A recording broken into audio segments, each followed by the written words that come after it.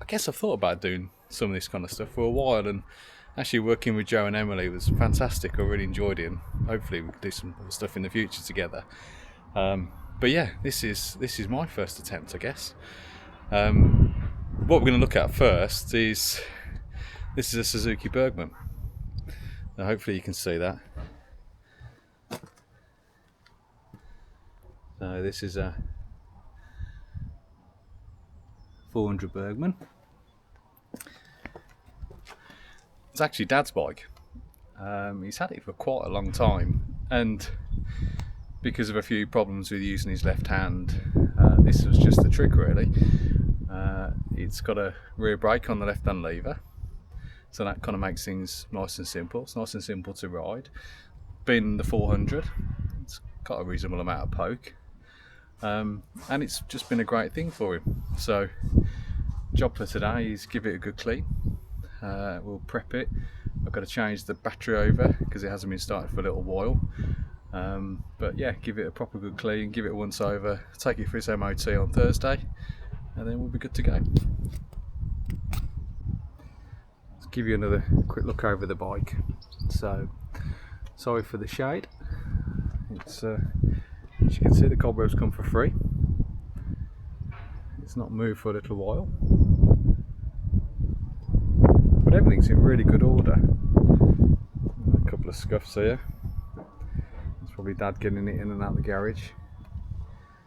The fairing's really clean on it. He actually had the wheels powder coated in the same colour, which was quite a trick. Quite a nice thing. A few marks on the forks. Like just a bit of surface corrosion. Nothing that can't be cleaned up. But it's actually got two owners from new. So in terms of a good little starter bike for somebody, come off your 125, you want something nice and easy to handle. This is just the kind of thing. Let's have a look at the battery now. This is quite neat. The way this just pops down, and you've got a little glove box there. Maybe put your sat nav in when you walk away from the machine. And across this side's got the battery. So next job is now we're going to pop that out, see what size it is, perhaps give it a charge, see if the voltage comes up. If it does, all good. If not, then we'll be popping to the shops and grabbing another one. So just starting off, do the negative first. That removes any of the earth.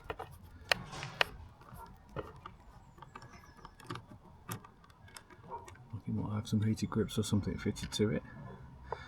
Drop that one away. Move over here for the second one. Positive terminal off now. Hopefully you can see that.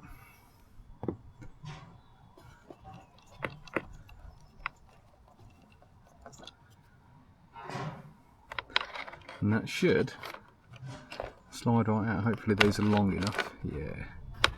Pop these out of the way.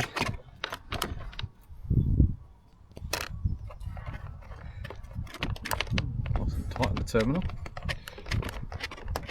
Come in. And there we are. There's the battery. Quite a good size battery actually, yeah. 11.5 amp hour. Right, next job is we'll get that on charge. So I just thought I'd check the battery voltage. That is not great. That is certainly not great. I will put it on charge, but I hold very little hope for that coming back up to something that's reasonable, at least reasonable enough to start the bike.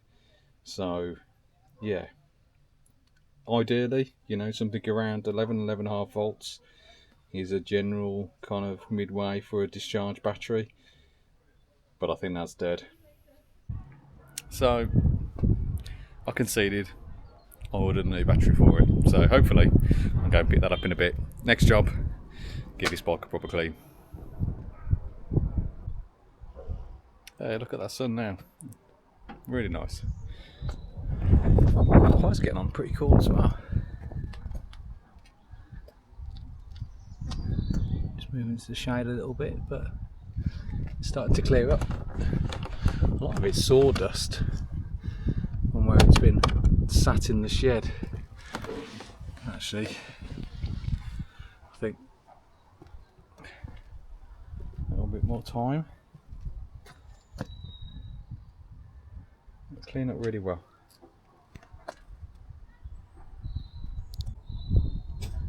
I don't know whether you've ever seen one of these. This is under the trunk. We've got a huge amount of storage space. A bit dusty. This one's actually got its original toolkit with it as well. Like a fur lined almost, so you put in your kit in there. Maybe you're walking away from your bike and you only put your helmet in. It's got the depression in there so you can get your helmet in. Oh, there you go. There's the dust just coming off it.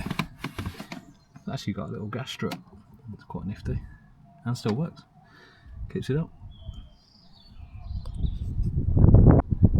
This thing's interesting. I've not seen this before.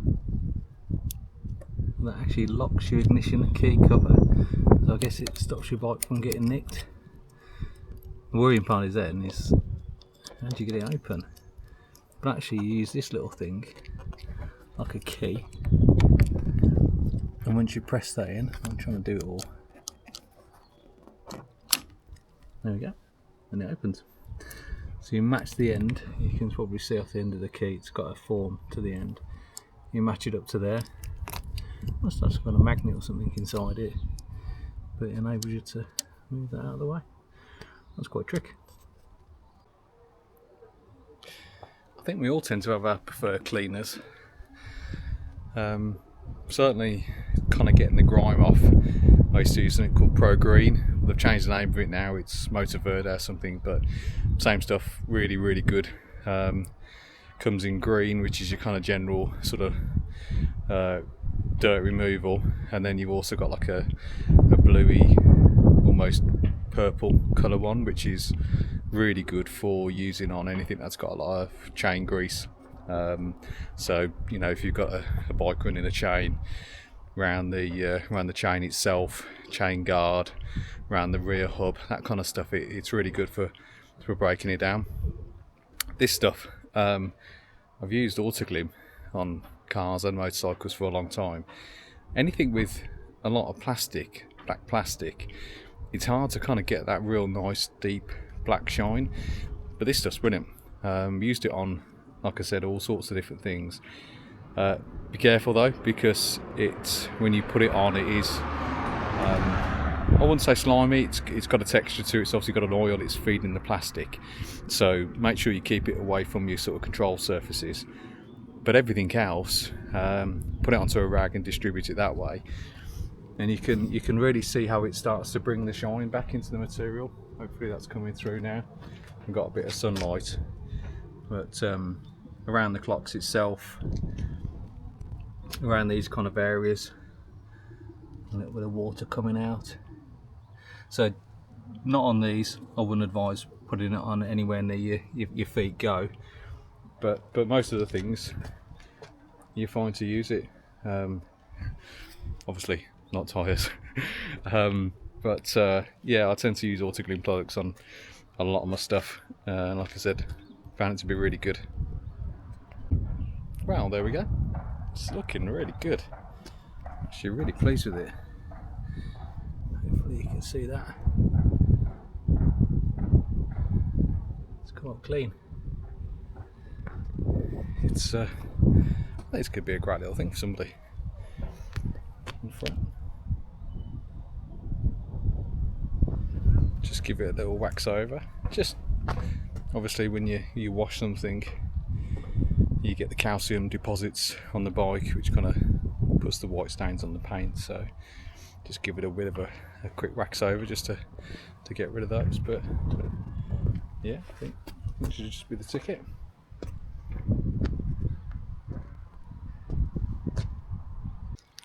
So then, here's the new battery. Hopefully we get some better success out of that now, so just going to take a couple of minutes to fit it. I'll show you when it's installed in the bike, and then we'll press the button and see what happens. So I think I've worked out what take 2 means now. Got a different box. Got the new battery out, got it in position, and thought that looks a bit big, and then I couldn't shut the door, so it didn't fit in that hole. Then I realised I've been given the wrong one, so try again, new battery, although the activation date was last year, so I don't know if it'll have enough surface charge in it in order to start it, but we're certainly going to give it a go. Cool, right then, so battery's installed, the ignition on. Now the way you have to start these, apparently, is you have to hold the front brake. Here we go. And she's alive.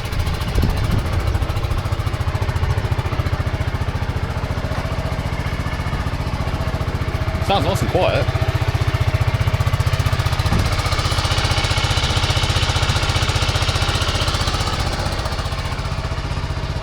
Just increase the revs. Make sure the clutch cuts in, yeah.